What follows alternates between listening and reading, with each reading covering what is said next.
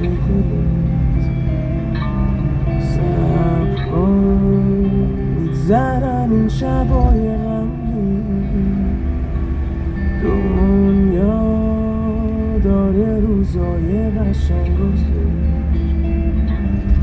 گریه نداره آخه که گلم یه روز میرسیم بازم به هم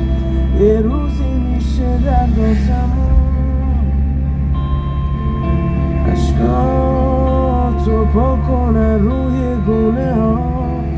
هیچکی نمیاد اینجا به جات تو به یادم بمون میبوسمت انگار این آخرین نفس میری و میمونه ازت توی قلبم یه طرف میبوسمت انگار این آخرین نفس میری و میمونه ازت توی قلبم یه طرف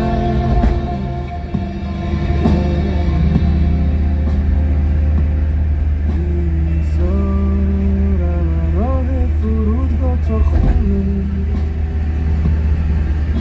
برو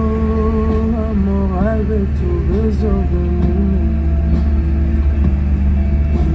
دیدم همه جا آسمونش یه رنگه اینجا ولی بی تو بیرنگه آسمونه گریه نداره آخه که گلم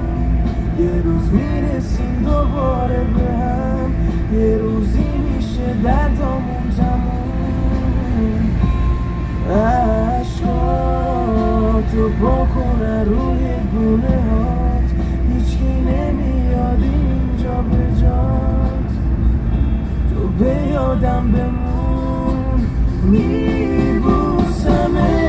انگار این آخرین نفس میری و میمونه ازت توی قلبم یه ترک میبوسمت